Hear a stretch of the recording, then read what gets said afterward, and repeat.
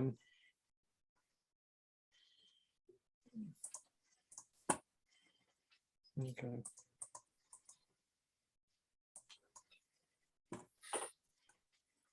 So pretty much anything, the student that is highlighted in yellow, this is the student that is in Tech 1. Okay, current Tech 1 student. Okay, so these are the assignment. Now, look like some of you are still not turning your assignment in. So we need those to be uploaded right away. And we got a couple other students already done with theirs. And so that's good. Nothing's so we have a couple that still, like I said, need to get these assignment uploaded to the website as soon as possible, please. Because we need them, we need this assignment to turn in, okay? So these are for Tech 1. If you see your name and you think I have anything incorrect, please let me know and so I can go back and recheck it, okay? So these are for all the Tech 1 student.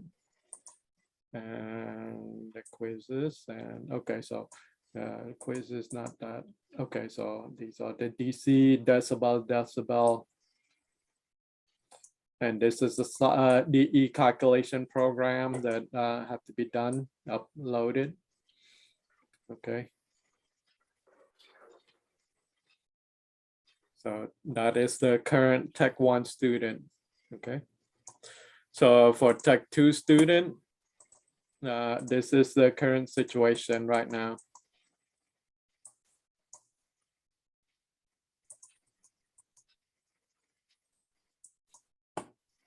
Okay.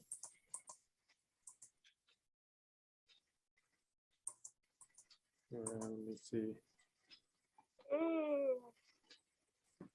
Okay, so these are the current situations. So if you think, like I said, if I got anything incorrect, please let me know so I can update this. And this one I did check it today at by 3 p.m. And so this is the current current update. Okay. Sam, can I ask a question? Yeah, go ahead. Not pertaining to these assignments, but to the labs. What are the labs that we need to get done by the end of the semester? For Tech this 1, one for Tech 1. Tech 1 student. Yeah. Okay. Tech 1 student, let me see, for the for Tech 1 lab, let me see if I have that listed. Okay, Tech 1, I don't have the list here. I don't have the list here. Yeah, I have to check back on that. I do have that posted in the classroom.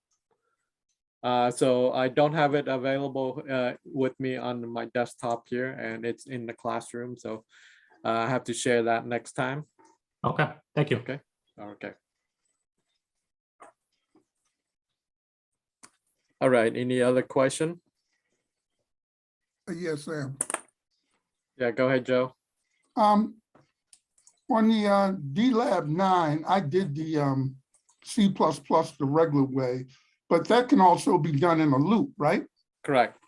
Yeah, so, okay, what I'm gonna do is I'll get with you later on and then I'll go over it, because my problem is the bits, you can shift them to the left or you can shift them to the right, and I think it's like a assignment operator or something. Well, I'll deal with it later. I'll contact you. Okay. All right, any other question? Okay, so just like I said, Tech 1 student, we need you to turn in your assignment up to the website as soon as possible. As soon as you get them done, just upload it to the website, and so that way we can get these things up to our current situation right now. Look like we got only a couple of students only turning 1 or 2 assignment or 3 assignment that are way behind. I need to get those turned in. Okay, so we got Luke and Ricky's okay. You still need a couple more that need to be you up to number 10. So here, okay, so these other one will be due by the end of April. Okay, so all these set need to be turned in. So okay, so Hey, Sam, one last thing. yes. Well, this is for you or Mr. Pham. starting with what VLab work was Tech 2 supposed to be using the loop? Starting since you're starting from, so you're starting pretty much you're starting and when you're starting at the auto up and down, which is DLAP 7.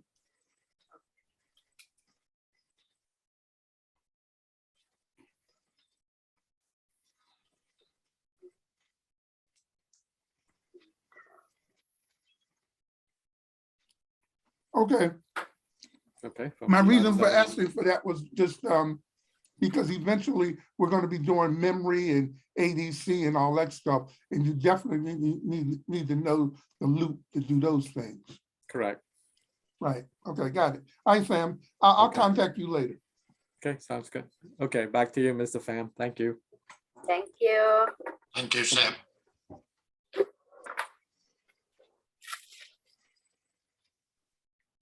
Okay, let me share my iPad.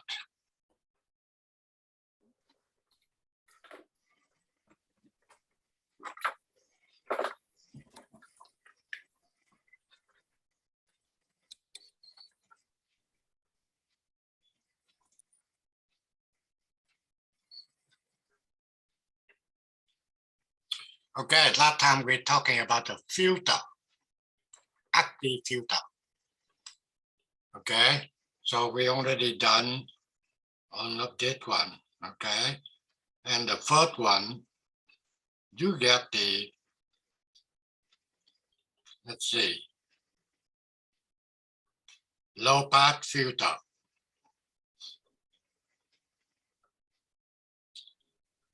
That's only telling you the low pass filter will be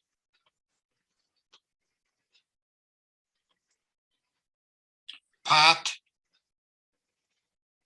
on of the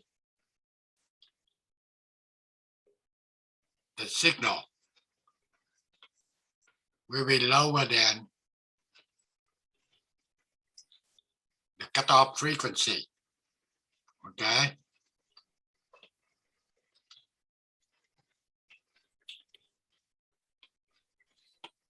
It is a standard, ideal low pass filter.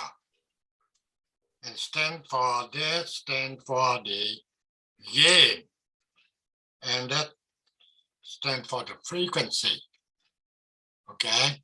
So the bandwidth of the low pass filter will be from 0 up to cutoff frequency. And this is a real one, practical. Okay, the difference at the cutoff frequency, the output going down 3 dB. 3 dB equivalent to 0.707 or 70.7%. Okay. If you increase the cutoff frequency 10 times and the slope, that means the gain will be going down 20 dB. And the formula to calculate the cutoff frequency, FC equal to 1 over 2 pi RC. Okay. And that's just example. We already get through. Next one will be the high pass filter. If you're looking at the high pass filter output, this stands for the gain and stands for the frequency. Okay. 0 dB. They're telling you mid-range. Okay. Gain equal to what? Input, output will be the same. That means the signal coming in 10 volt, coming out 10 volt. You don't lose any voltage. However, at the cutoff frequency here, output will be going down, same thing, minus 3 dB, or 70.7% of the maximum output voltage. Okay.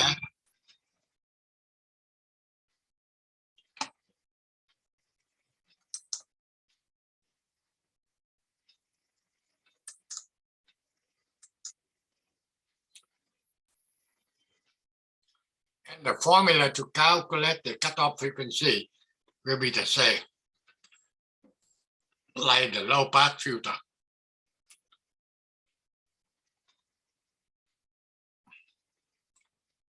And if you're looking into this circuitry here,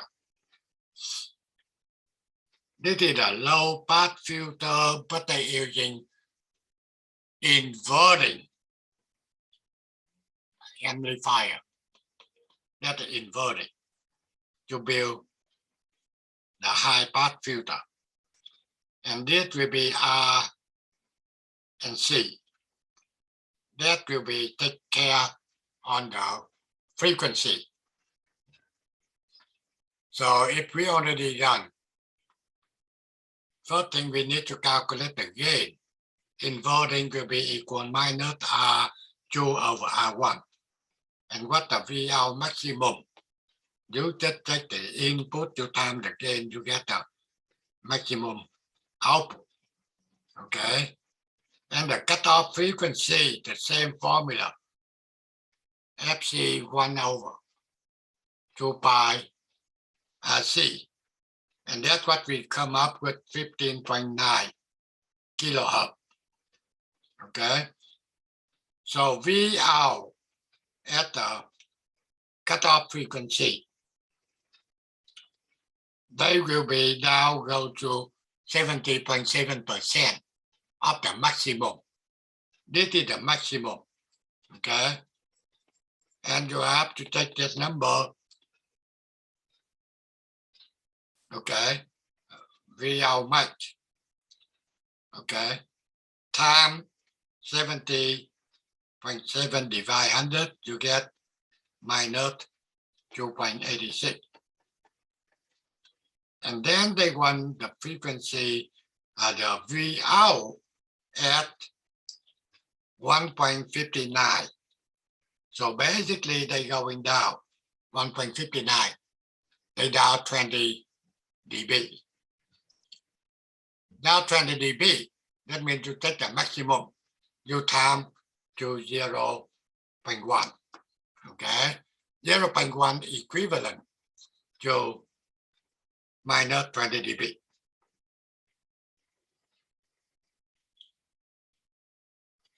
And then we already talked to you.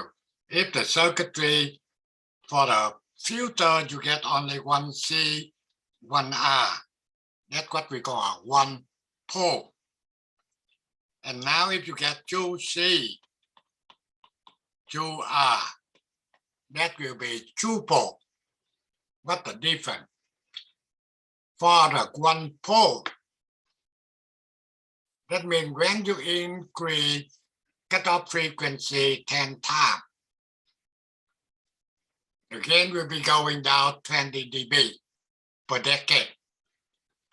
However, if you get a 2 pole, then the gain will be going down at minus 40 dB per decade. That means they cut it off faster. Okay? Only thing is sometimes it's hard to see the circuitry in order to tell in this 2 pole, 3 pole, okay, or more. The circuitry will be very complicated. However, you have to understand on the basic. That means 2 pole, 1 pole, they going down. The gain going down 20 dB per decade.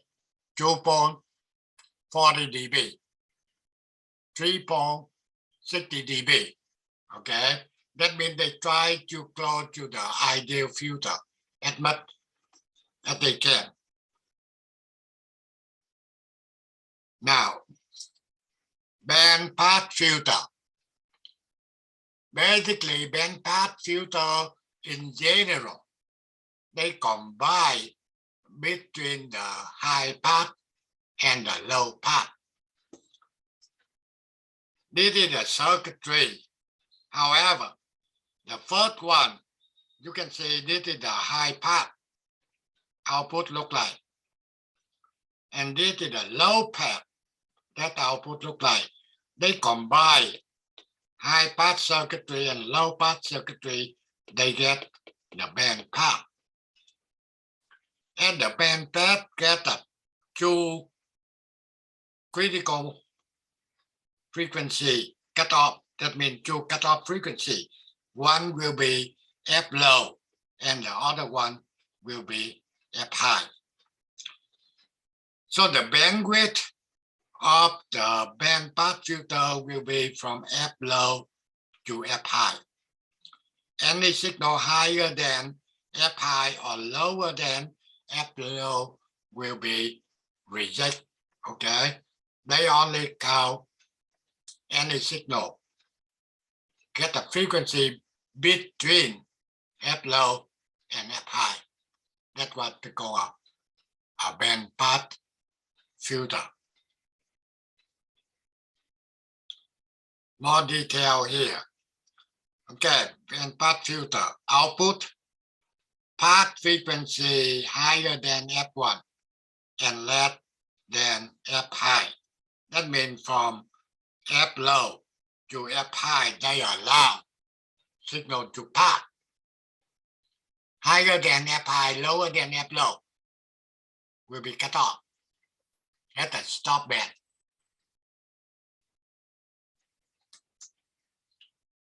Bandwidth equal F high minus F low.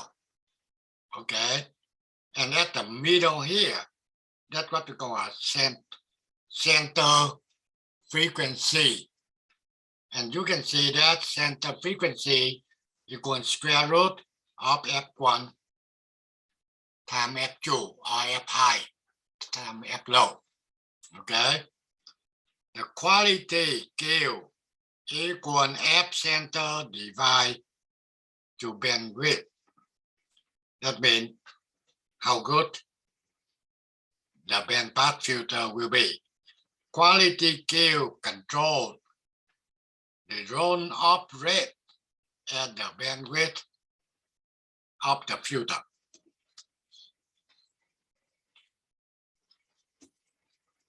Okay, any question about band pass filter? Not we go. That we don't care much. Inverting band pass filter, band stop filter, opposite to the band pass filter. Okay, that will be telling you band stop or not. Filter allow any signal higher than F high or lower than F low to pass. Okay, any frequency between F low and F high will be stopped. That's the opposite to the band pass filter. Okay, they show you more output of the band pass of the filter. One outside here. They say one filter section. What that mean? Equivalent to one pole. Okay, one pole, that means again going down at a speed 20 dB per decade. Okay, a next two section, that means two poles better. They going down faster. That means minus 40 dB per decade. And then you go to the 3 section. Okay, that means 3 poles. They're going down with the speed 60 dB per decade. And the last one, 4 pole, 80 dB. Okay. The thing is, we want the narrow band. We want that for section. We want that one. Why? Why we want 4 pole better than 1? Cleaner signal. What? The signal's a lot cleaner. It's stronger. The frequency is stronger. Whatever you're trying to tune or whatever communications you're trying to achieve, it's a stronger signal. That's not a quite, explanation for why you want 4 section, 4 pole better than 1. Is it better selectivity? Not yet.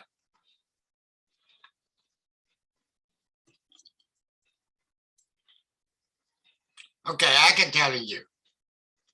1 pole you get a very wide bandwidth. 4 pole you get a narrow bandwidth. So 4 pole will be less noise. Okay, they prefer narrow band. They don't want a very big band. The thing is that will be create a lot of noise. That's exactly like you tuning your radio. Okay, they try to get exactly into area of the channel you want.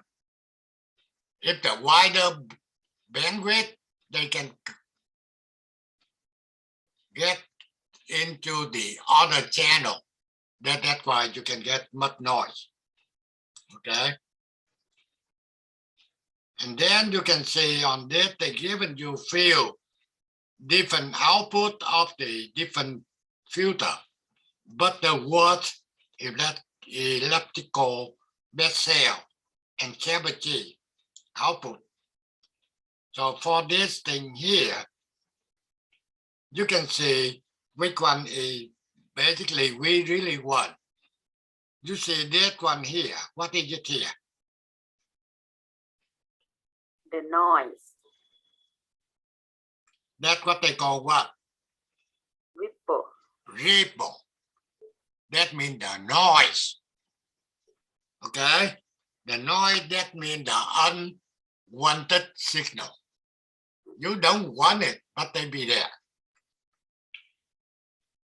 So if we're talking about narrow band, then I believe Jeopardy will be very good, right? That guy, they close to the ideal. However, another problem they can get is they get a noise. Okay? The second one, they can get the very good for the bandwidth.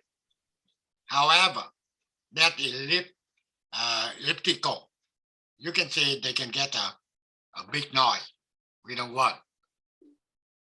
Now, next one, bezel. I think a bezel will be the best in here, right? Yes. They go into the standard, the ideal output. However, they don't have any noise, any ripple. Okay? So that I just telling you how they display. So you can analyze it. Okay, otherwise, if they're asking you, you're able to explain for them. Okay? Make sure ripple, that means the noise. And we don't want that. Is Bessel considered to be a negative 80 decibel signal? Can you say again? Hello? Is the Bessel signal considered to be a representation of a negative 80 decibel signal? Would that be a reasonable example, the Bessel signal? Now the better the signal will be the signal less noisy and very close to the ideal. That means they will be get narrow band and no noise. What would be the exact representation of a signal that has four poles? What would the hardware look like? What would the hardware consist of? Hardware that 4 pole, that means you get 4 capacitors. 4 capacitors. All right, thank you. Yeah, 4 resistor. 3 pole, you get 3 capacitor, 3 resistor. Okay, and 2, you get 2 resistor, 2 capacitor. That's summary. Okay, so basically that helping you to reading. Okay, and try to understand. We can build a filter using unity amplifier, inverting or non-inverted. Active high pass. Okay, so that everything already show up here, and this is important to you. Okay, band pass filter. If you're looking at the output, this is the center frequency, lower cutoff, higher cutoff. Okay, bandwidth will be different between F high and F low. Okay, and F0 center frequency you can calculate using square root F C1 and FC2. And also we can calculate the Q quality of the bandpass filter equal F center divided to the bandwidth. And now, if you get a Q, if they higher than 10, that will be a narrow band. If they less than 10, they will be a wider band.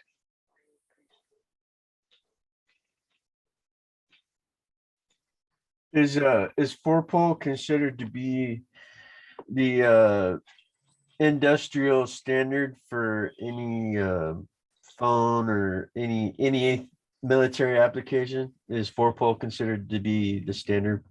No, it's not standard. They can be higher. Higher, all right. They can be higher. But we study the lead up to 4. But basically, what happened now, okay, they really higher, okay? And also, like, you can see, you can learning on textual AD converter or DA converter, converting from analog to the binary, okay, or converting binary back to the analog, and we get ADDA 8-bit, okay. However, in the real world, they can go up to 24-bit, like in your cell phone, okay? But that's not the one we study.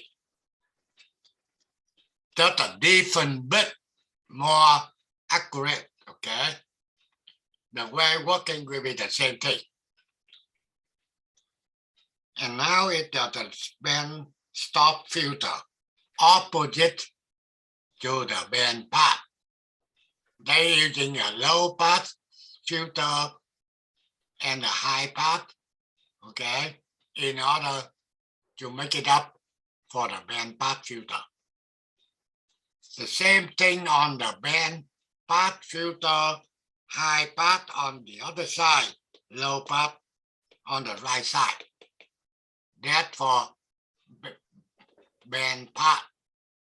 And now they opposite, so they can low pass on left side, high pass on the right side, they get band stop filter. Okay, that's it. Quick question, Mr. Pham, on the 4-pole, Yeah, what's considered to be the bit value for 4-pole? 4-pole, nothing to do with the bit value. There's no, but in its usage as a 4-pole, there is no like bit communication standard. I mean, Right. But that is the communication, nothing to do with the binary. Nothing to do with the computer. so I let you go ahead. Computer just send out the signal. So you referenced 24-bit and like in a cellular That application, means AD or DA converter. right? So then in a 4-pole, there's no real bit or binary placement value. No, not related into the pole in the filter. In the filter, that's the circuitry outside. But I'm talking about the signal go through the computer. They just converting analog to digital or digital to analog. And when they transmit it, then they can consider to be a filter when to receive it. Okay? Like exactly when you tune in your radio, that's what you're changing the frequency. Nothing to do with computer at that time. Thank you. Okay, so that we get through the filter. And today we get another part will be a JFET.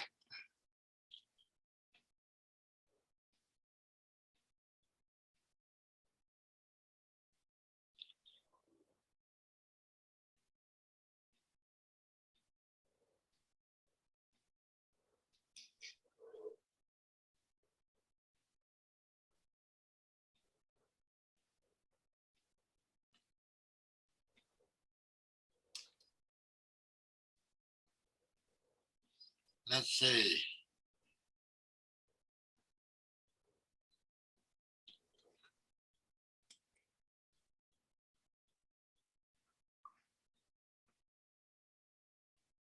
I believe I already get the JFET.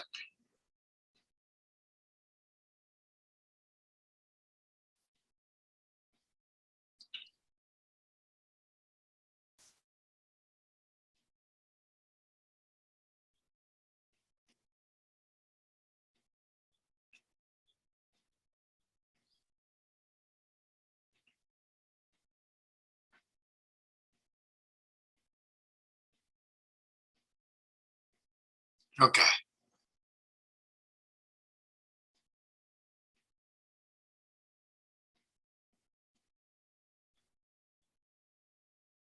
Mr. Pham, question.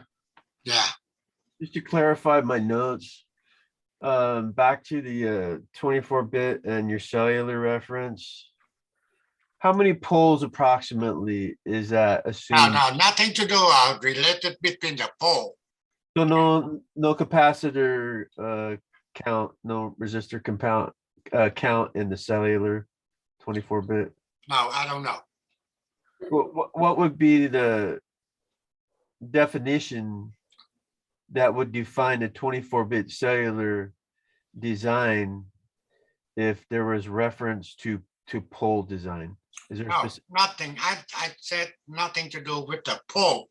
No, none at all. All right, so when you Yeah. Two, I'm talking about 24, but that means I'm talking about A to D converter. Right, right. All right. So all right. So you just applied. Yeah, Okay. that's completely different. All right. Thank you.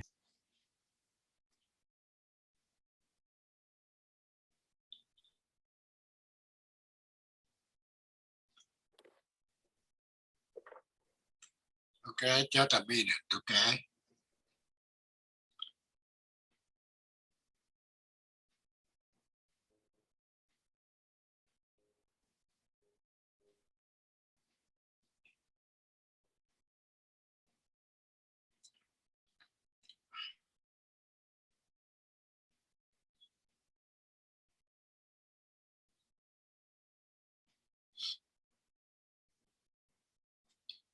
Okay. Today we're talking about the other one very important to the engineer or technician. Basically, you get two different types of transistor. One will be bipolar transistor. That's what we're talking about, NPN or PNP. Okay. If you clear, understand on NPN, PNP, that's very easy to understand for the JFET. Okay. JFET, that's a Johnson field effect transistor.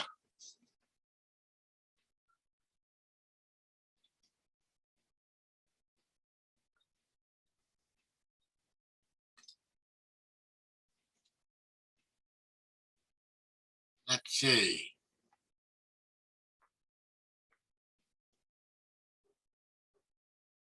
Something is not quite what I wanted.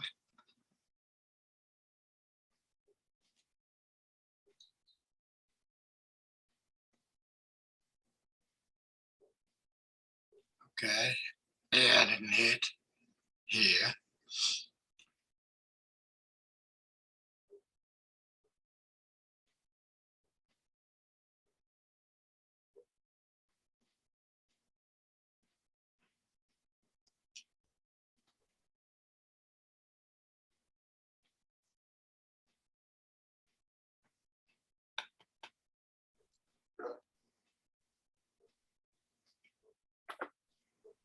Mm-mm.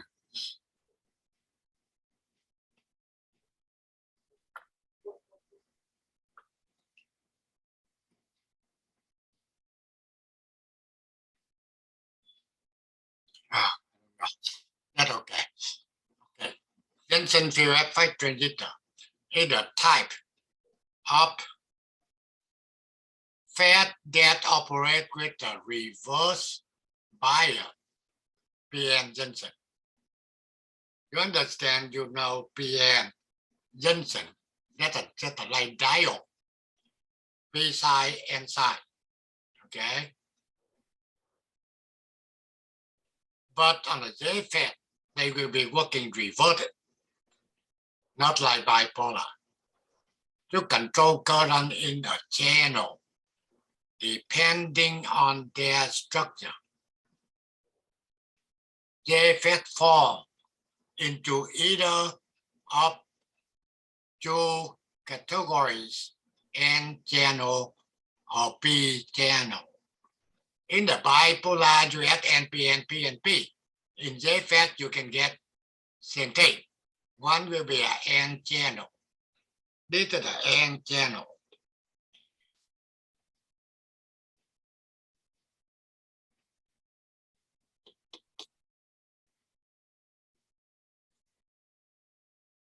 Let's see, how come I cannot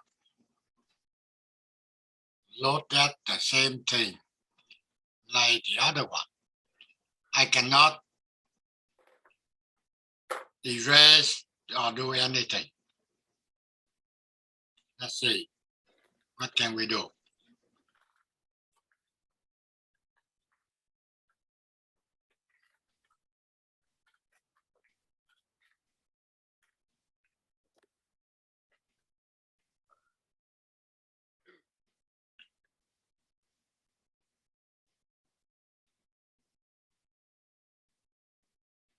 Okay, now okay.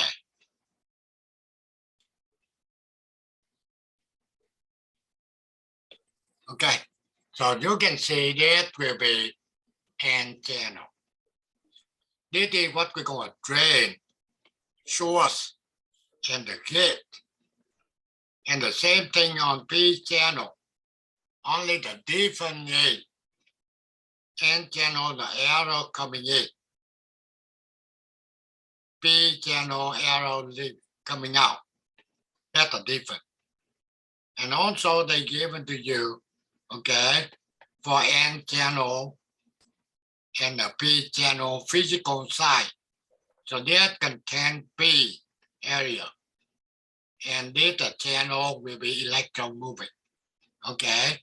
And that for the P channel. So that will be N side. Okay. Just the opposite. However, we not deal with the physical. We deal with the symbol here. When you're looking into the JFET, you know, is it the N channel or P channel? Which one is the gate? Which one is the drain? And which one is the source? That's what you really want.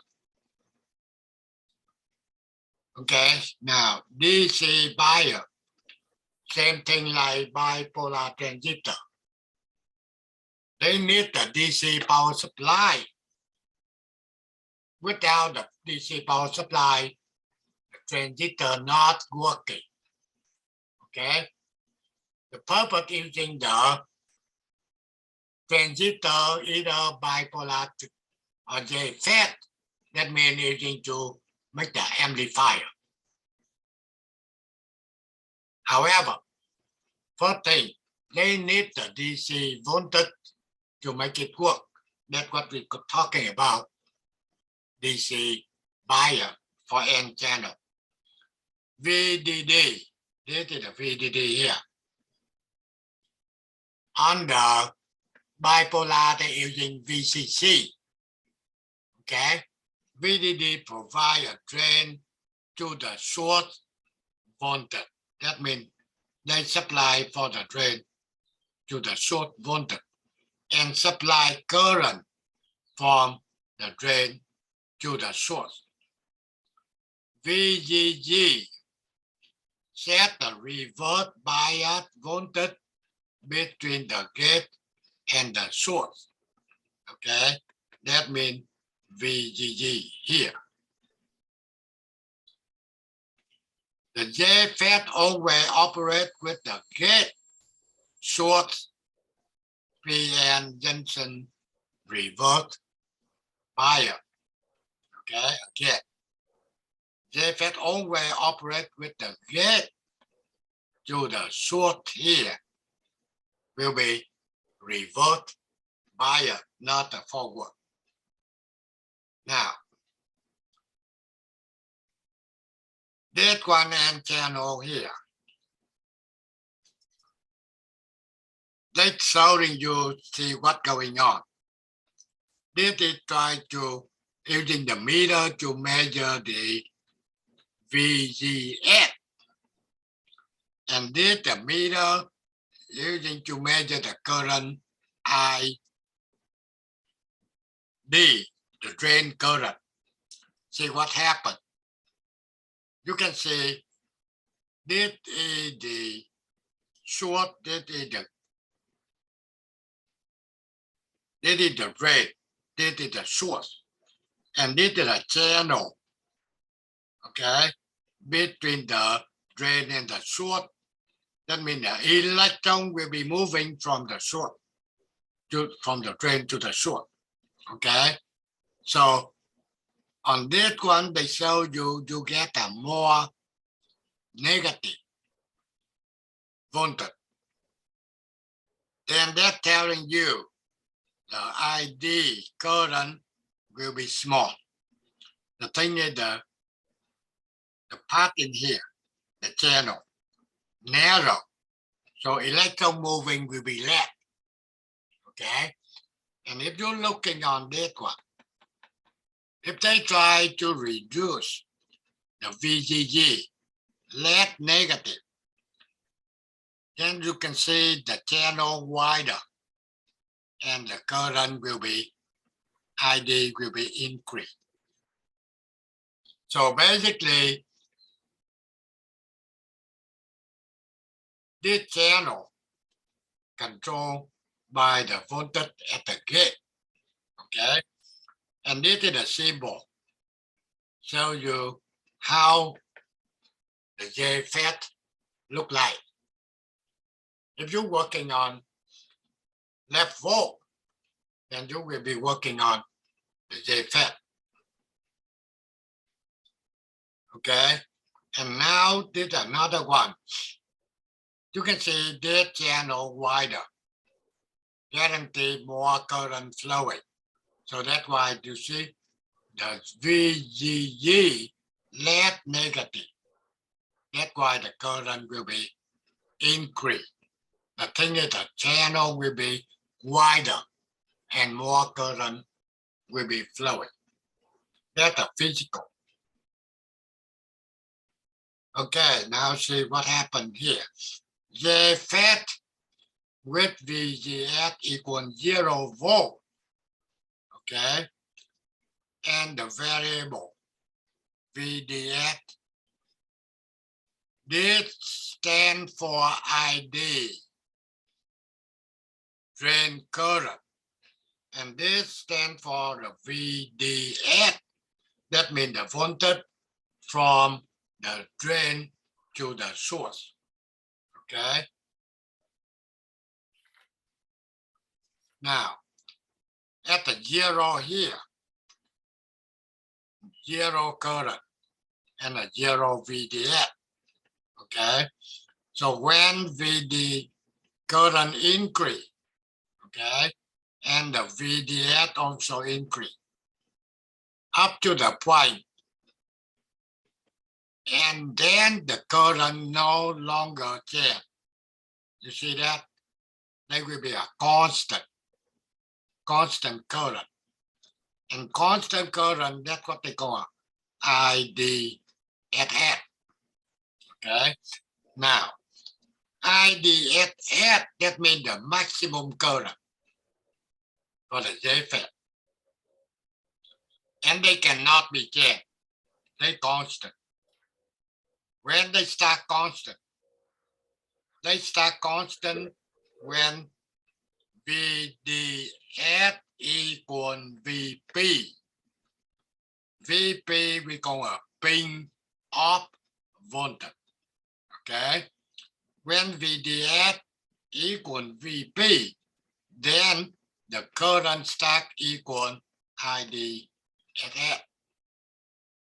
Now, in this display, you get 3 regions. The first from a 0 to VP. Okay.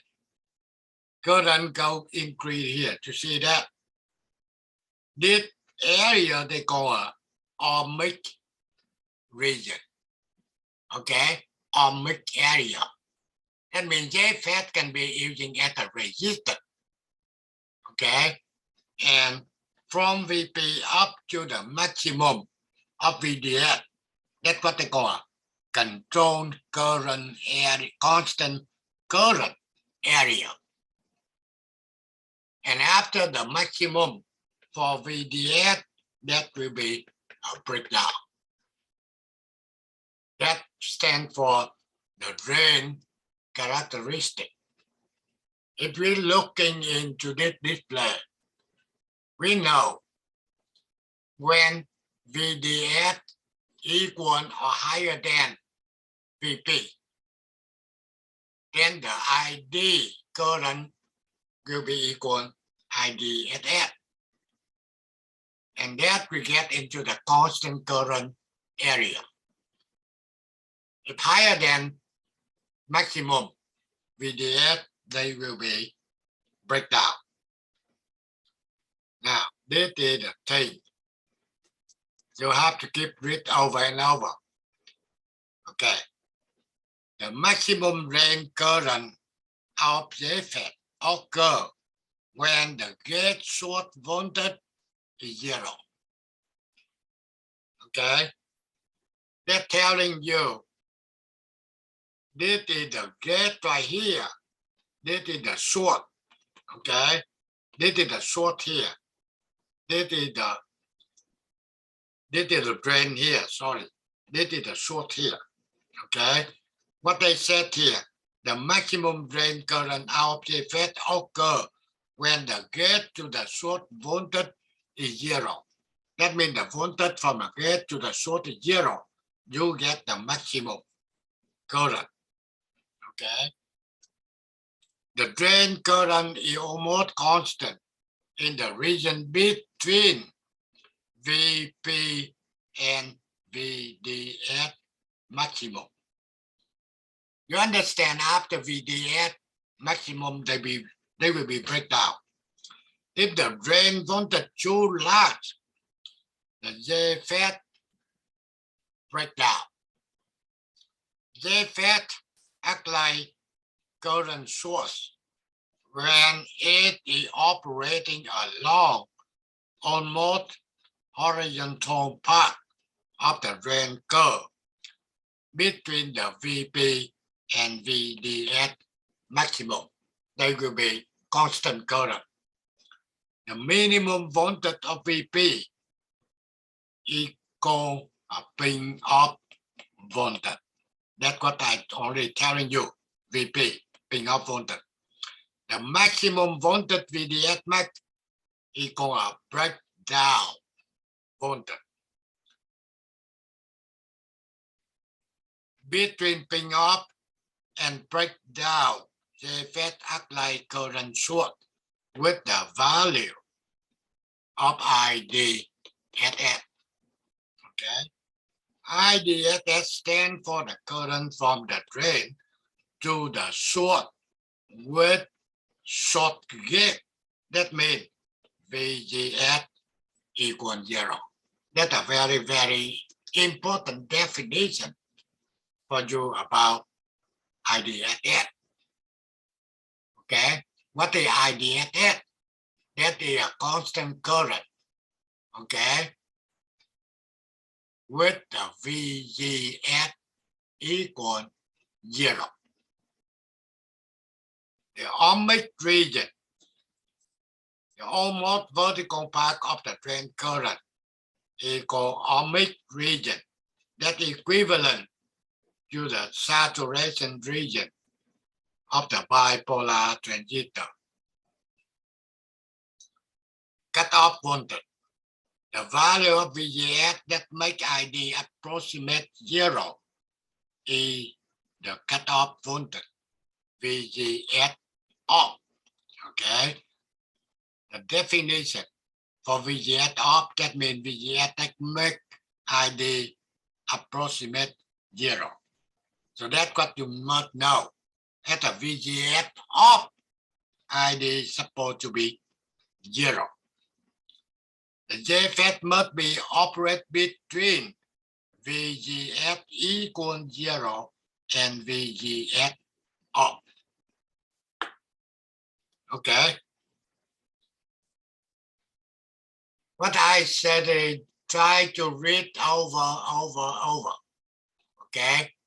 Later on, when you're looking into that, you can understand right away. Or they're asking you. Okay, you're able to answer it.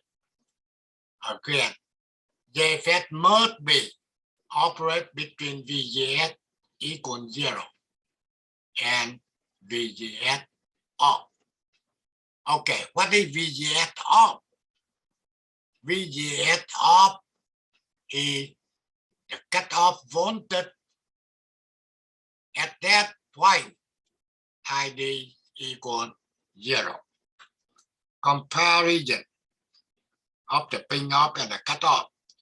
VP is the value of VDS at which the drain current becomes constant and always measure at VGS equal 0. VGS off and VP are always equal in the magnitude, but opposite in size. Okay, so basically VP or VGS off, they coming from manufacturer in the data sheet. So that's why they say data sheet usually will give either VGS off or VP, but not both. Now you understand. VGS off and VP, they own time equal the value. Okay. However, they will be opposite polarity. VGS off equal -5. VP equal 5.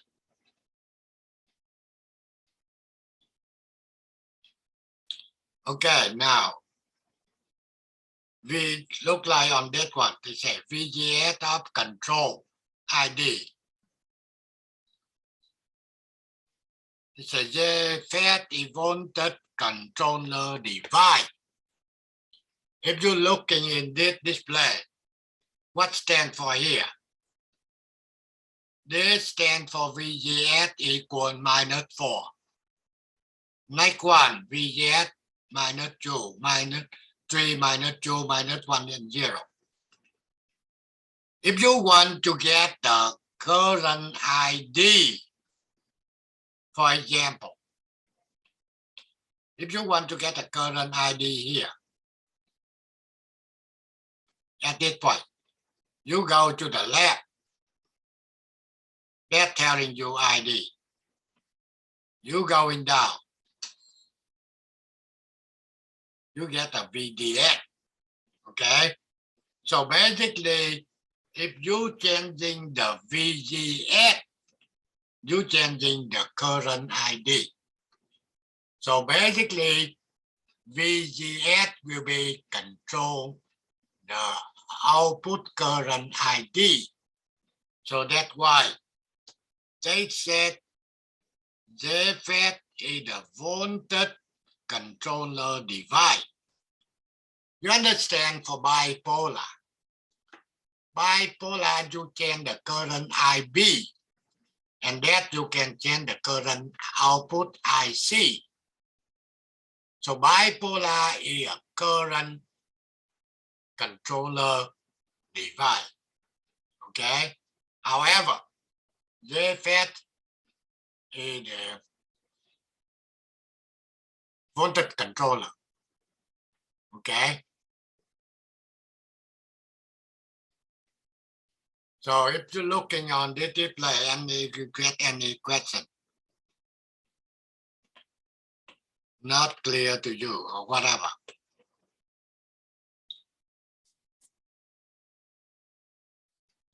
okay? If not, go here. See what happened here. That's what they're talking about. Add, cut off. Okay.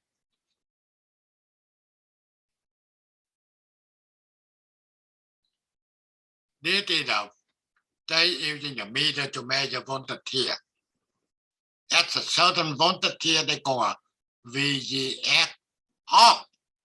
And you're looking on the current ID measure, they have a 0. So at the cut off, the 0 current for the ID, you can see that it's quite open, no channel. So that's why no current. Okay. So what you try to memorize at ID equal 0, VGS now will be equal VGS off. That's just given you a few things on P channel. You see that? That's a P channel. Arrow coming out.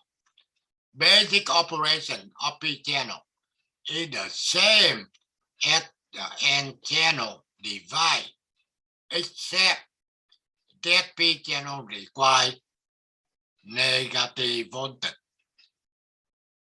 VDD, and VGG will be positive voltage. That's a difference. Okay? That's a difference between N channel and the P channel. Opposite DC voltage.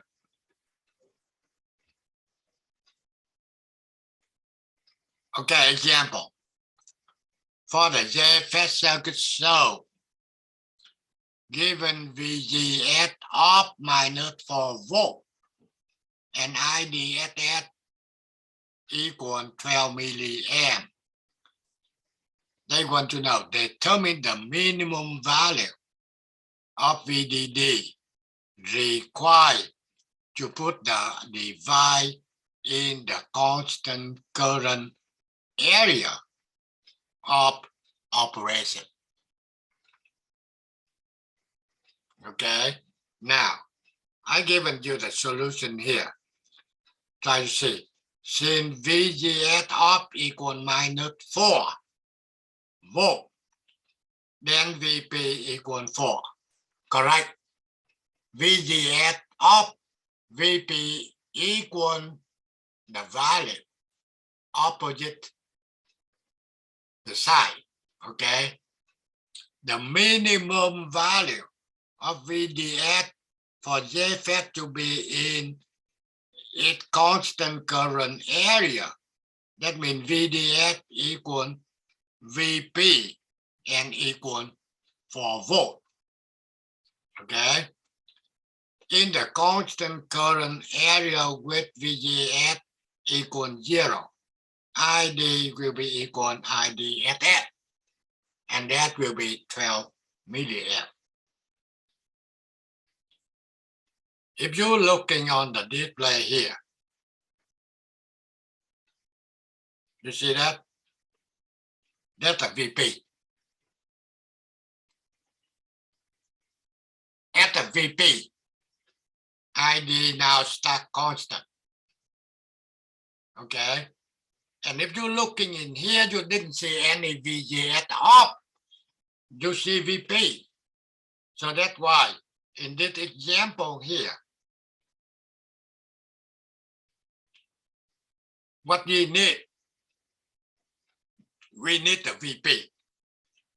So that's why they said they given you VGS of -4, and I know VP will be 4. And basically, that's a minimum for VDS. So JFET to be a constant area. Okay?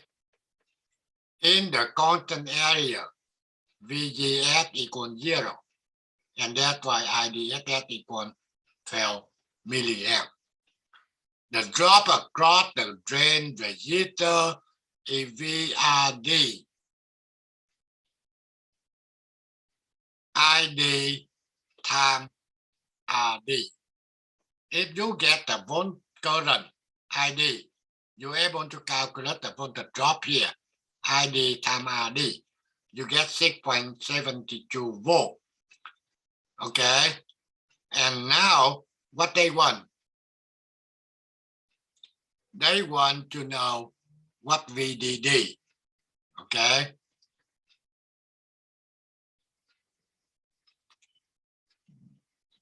They want to know what the voltage VDD here. Okay? And basically voltage VDD will be supplied for VRD and the voltage VDS. Okay? VRD you calculate 6.72. Okay?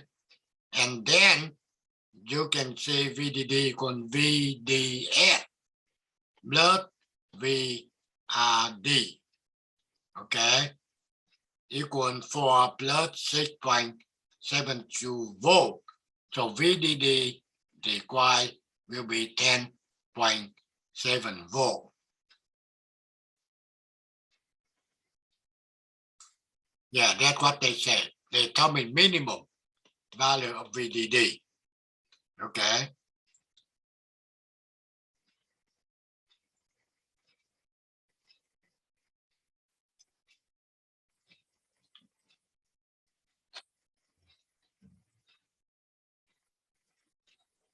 Okay, any question on this example?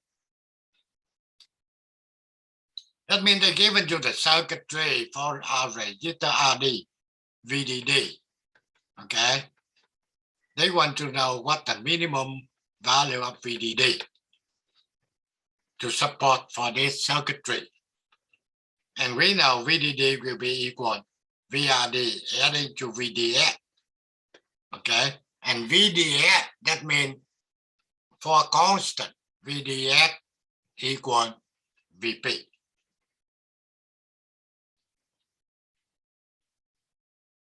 Okay, next will be JFET transfer characteristic curve for N channel. So basically you get a 2.1 at the VGS, that's the VGS off, and another point will be IDSS on the ID. So what is the VGS at the VGS off here? ID equal 0. Okay, at this point you want ID, you go this way. ID equal 0. IDSS at this point here, VGS equal 0. Okay, you going out down here. So if you get any point on the curve, you're able to know what ID, what VGS. Okay, any point. Okay, so let's see. ID 0, VGS, VGS off, ID equal IDSS and VGS equal 0. Now, this is the one we already see. Okay, basically VGS control the current ID. And now you get the curve here for ID, okay, of the JFET. And this curve here, complicated, okay? In here they say, example, when VGS equal -2, right here, at this point. Then ID, you go to the right. ID equal 4.32 milliamp. So on that curve here, you can get the value for VGS and also the ID. So this curve is representing for this equation right here. That is the equation to calculate the current ID. ID equal IDSS times 1 minus VGS divide VGS of square. If you want to calculate the ID, then you can using this formula. Okay, in order to get current ID. Now, let's see. The Paxson data sheet for 2N5459 JFET indicate that typical IDSS equal 9 milliamp, VGS of equal -8 volt. Using this value, determine the drain current ID. For 14A, VGS equal 0. What ID?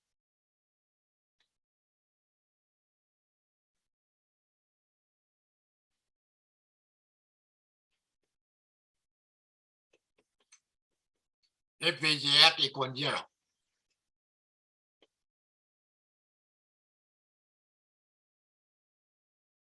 I get a solution for you. At VGS equal 0, ID equal IDSS. That will be 9 milliamp. And now they want to know ID VGS -1. In order to do it, you have to substitute the value into this equation. Okay? and you calculate it, you can get 6.89 milliamp. Okay, and same thing for VGS equal -4. You have to substitute into the equation to do the calculation.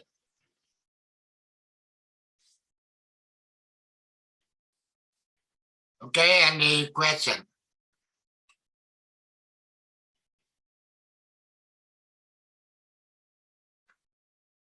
Okay, let's see what else. Another thing we know is the forward trend conductance. That means transfer conductance. GM is the change in the drain current for a given change in VGS. And basically GM by definition, they take the delta ID detail divide to delta VGS. They can give you example here. Okay, delta ID, that means you can get the difference between ID at this side and ID at this side. Okay, and another one, if they want delta VGS, that means the difference between two VGS. VGS at this point and VGS at this point. That's just a definition. So basically, we don't care about this thing. However, we really care about the formula. The unit of GM is Siemens. Data sheet normally given the value of GM at VGS equal 0 is what we call GM 0. Okay, so normally the people will be asking you what is the GM 0. That will be telling you GM 0, that means the value of the GM at VGS equal 0. So they given you the formula to calculate the GM. GM equal GM 0 times 1 minus VGS divide VGS off. And GM 0 equal 2 times IDSS divide VGS of absolute value, no negative. Normally on the manufacturer on the data sheet, they given to you GM 0. Okay, in case they not given GM 0, you're able to calculate it by the formula 2 times IDSS divide by absolute value of VGS off. You know, VGS off will be negative. We don't use negative, just the absolute value. So basically, you don't have a too much formula. One using to calculate the ID. Second one to calculate the trend conductance GM and GM 0. Okay. And this just an example here. Like I said, the following information is included on data sheet. Typical IDSS 3 milliamp and VGS up minus 6 volt. Okay, GM 0. Okay, 5,000 microsiemens. Using this value, they want to forward trend conductance GM for GS equal minus 4 volt. The value of ID at this point. Okay, so you want to calculate the GM, you can calculate here. Okay, if you calculate the ID, that will be IDSS time 1 minus VGS over VGS of square. A certain JFET hat and IGSS of minus 2 nanoamp for VGS equal 20 minus 20 volt. They want to know input resistance. So basically, you can calculate the input resistance, take a VGS divide IGSS absolute value. Resistance have a no negative value. Okay, so up to this point, we'll be continuing on next week. However, I recommend you try to read over and over, at least up until this page. Okay, that will be help a lot when we start go more detail on the JFET. So any question to me? Okay, if it's not, so Sam, let them take the quiz. Sounds good. When you're ready.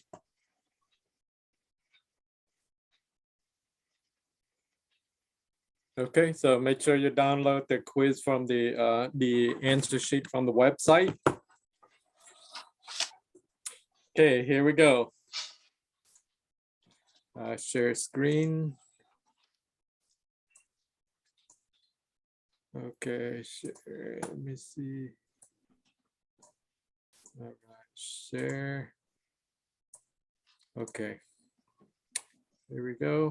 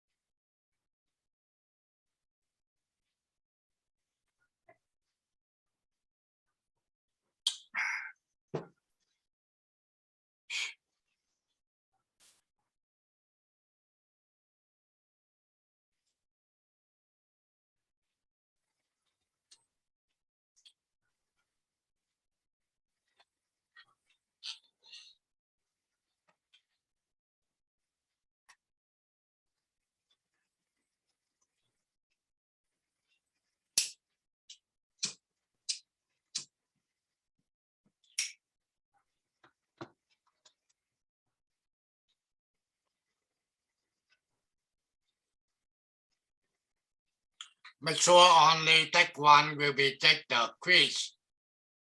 Take two, if you want it, you can do it. But you don't have to do. Thank you. But the better thing is when you're reading into the question, you can answer right away. That's really what I wanted. That will be helping you when you get a job interview.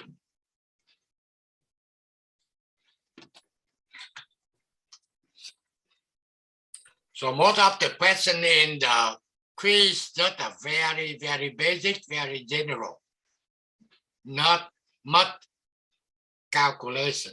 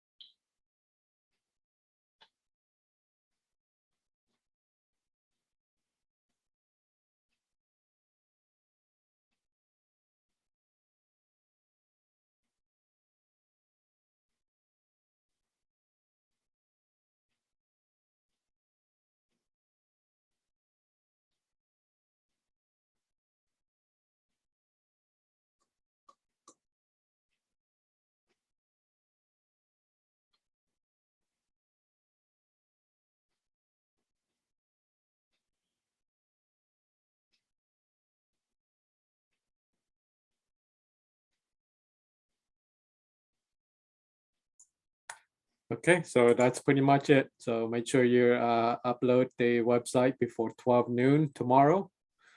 And so I can have a chance to go over it. Okay.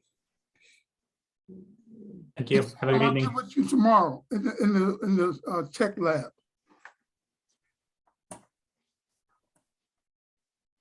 Okay, what was that, Joe?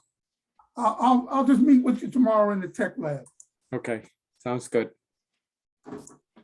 Okay, so that's pretty much it. So Thank you, any sir. other question before we call a close for tonight? You. Okay, no question. Okay, sounds good. Have a good night. You too. Bye. Okay, bye-bye. Thank you, sir. You're welcome. Bye-bye. Good day, sir. Good night. Good night.